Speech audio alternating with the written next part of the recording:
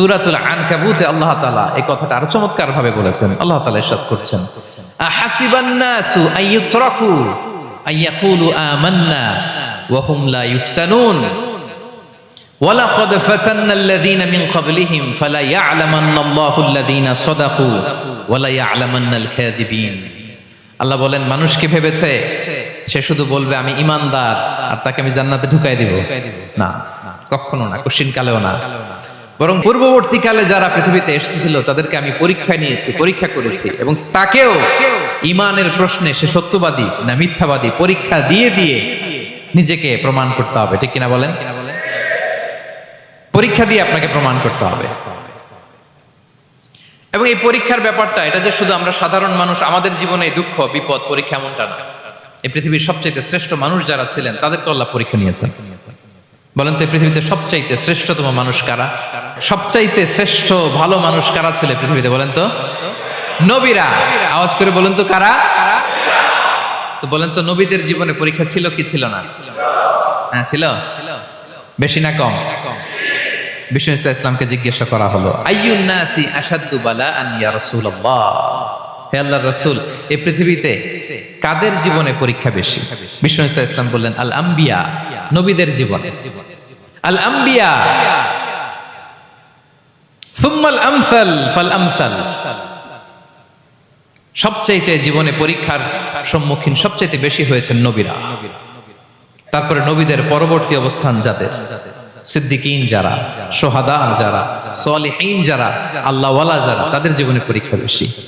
ইউবতালার রাজুলু আলা হাসাবি দীনি, ব্যক্তির দিনদারি যত বেশি তার জীবনে আল্লাহর পরীক্ষাও তত বেশি।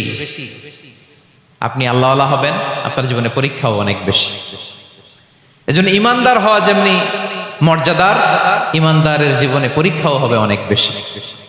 এবং পরীক্ষা যত বড়, খেয়াল রাখতে হবে, মন খারাপ করার কোনো সুযোগ নেই। পরীক্ষা যার জীবনে যত বড়, সেটাতে সফল হতে পারলে ওটার প্রতিদানও বড়। পরীক্ষা যত বড়, এটাতে সাকসেস হইতে পারলে এটার রিওয়ার্ডও তত বড়। বিষ্ণু ইসলাম বলেন, ইযামুল জাযাই মাআ ইযামিল বালা, বালা যত বড় জাযাও তত বড়, প্রতিদানও তত বড়। আপনারা নবীদের জীবনে যদি খেয়াল করেন, দেখবেন যেই নবীর জীবনে পরীক্ষা যত বেশি, সেই নবীর জীবনে সফলতাও তত বেশি।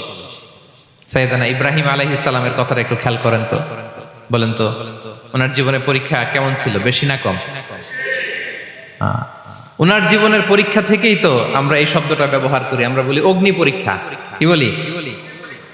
মানে আগুনে নিক্ষেপ করা হয়েছে সাইয়েদানা ইব্রাহিম আলাইহিস সালামকে। তাও স্বাভাবিকভাবে না, উলঙ্গ করে, ন্যাকেট করে ওনাকে অপমানিত করবার জন্য ওনার গায়ের জামা কাপড় খুলে উলঙ্গ অবস্থায় আল্লাহর খলিল সাইয়েদানা ইব্রাহিম আলাইহিস সালামকে অগ্নিকুণ্ডে নিক্ষেপ করা হয়েছিল। এরকম এক্সপেরিয়েন্স এই অডিটোরিয়ামের ভেতরে আমাদের কখনো হয়েছে? তাইলে সাধারণ মানুষের জীবনের পরীক্ষা আর নবীদের জীবনের পরীক্ষার মধ্যে পার্থক্য আছে না নাই? ওই পরীক্ষায় উনি পাশ করে ফেললেন। ৮৬ বছর পর্যন্ত আল্লাহর কাছে দোয়া করলেন, আল্লাহ আমাকে একটা নেককার সন্তান দাও। আল্লাহ সন্তান দেয় না। ৮৬ বছর পরে আল্লাহ তাআলা সাইয়েদানা ইব্রাহিম আলাইহিস সালাম এবং হাজারের ঘরকে উজালা করে সন্তান দিলেন। সাইয়েদানা ইসমাঈল আলাইহিস সালাম পৃথিবীতে আসলেন কত বছর বয়সে? ৮৬ বছর বয়সের এখানে কেউ আছেন? হ্যাঁ, আছি আমরা? কেউ নাই। ৮৬ বছর বয়সে প্রথম সন্তান পেয়েছে। তাদের ঘরকে উজালা করে আল্লাহর নবী সাইয়েদনা ইসমাঈল আলাইহিস সালাম আসলেন। এবার আল্লাহ বললেন, যাও স্ত্রীকে আর এই কলিজার টুকরা সন্তানকে, থাকো তো প্যালেস্টাইনে, প্যালেস্টাইন থেকে ১৫০০ কিলোমিটার দূর, দ্য ব্যারেন ল্যান্ড, ওই মক্কার ধুধুমরু প্রান্তরে রেখে আস, যেখানে কেউ নাই, মানুষ নাই, গাছ নাই, পাখি নাই, পানি নাই, যাও রেখে আস। আচ্ছা বলেন তো, ৮৬ বছর পরে যে লোকটা সন্তান পেল, বুঝে শুনে উত্তর দিয়েন, ৮৬ বছর পরে যে লোকটাকে আল্লাহ তাআলা সন্তান দিল, তার হৃদয়ে ওই সন্তানের জন্য মায়া বেশি না কম? এমনি তো আমাদের প্রথম সন্তানের হিস্ট্রিটা একটু খেয়াল করেন তো। প্রথম আমাদের যে মেয়ে হয়েছিল বা যাদের ছেলে হয়েছিল, তার প্রতি আদর, সোহাগ, দরদ, ভালোবাসা, আল্লাহ কত ছিল। আর আর 86 বছর বয়স আল্লাহ তাআলা ওনাকে সন্তান দিলেন, দিয়ে বললেন যাও হাজারকে আর ইসমাইলকে মক্কার ধুধুমরু প্রান্তরে রেখে আস। আল্লাহ তাআলা বলতে দেরি, চলে যেতে দেরি নাই, মুহূর্তে উনি রওনা হয়ে গেলেন। সুবহানাল্লাহ পড়বেন না? রেখে আসলেন মক্কার ধুধুমরু প্রান্তরে।